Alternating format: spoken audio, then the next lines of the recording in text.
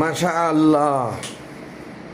এই যে আমার কুট্টি কন্যাটা মাইসা ওসমান সারা মেলা শৌখিন মন মানসিকতা আমার এই মাইয়াটা। এই যে দেখেন কি সুন্দর একটা রঙের বক্স কিনছে সে।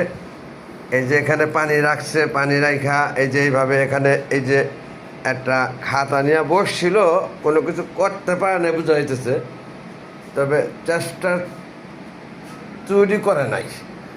কই গেল পয়সা দেখেন তো, আছেনি দেখেন কত রকমের রঙের জিনিসপত্র,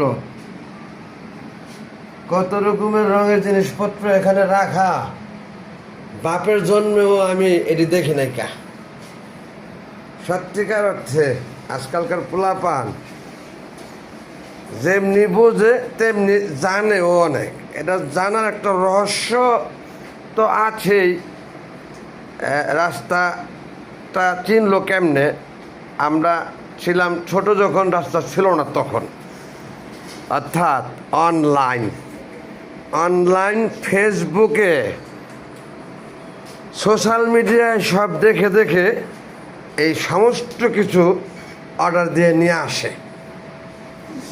এরপরে যা খুশি তা করে তারা, ওই যেমন খুশি তেমন সাজোর মতো।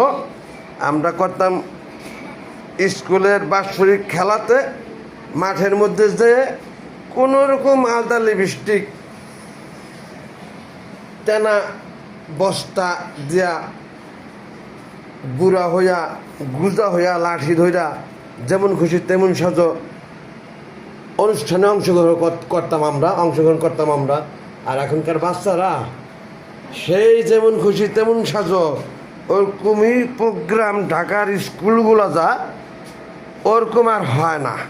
অর্থাৎ একেবারে জীবন্ত বাস্তব আমরা করতাম যা, তারা তা করে না।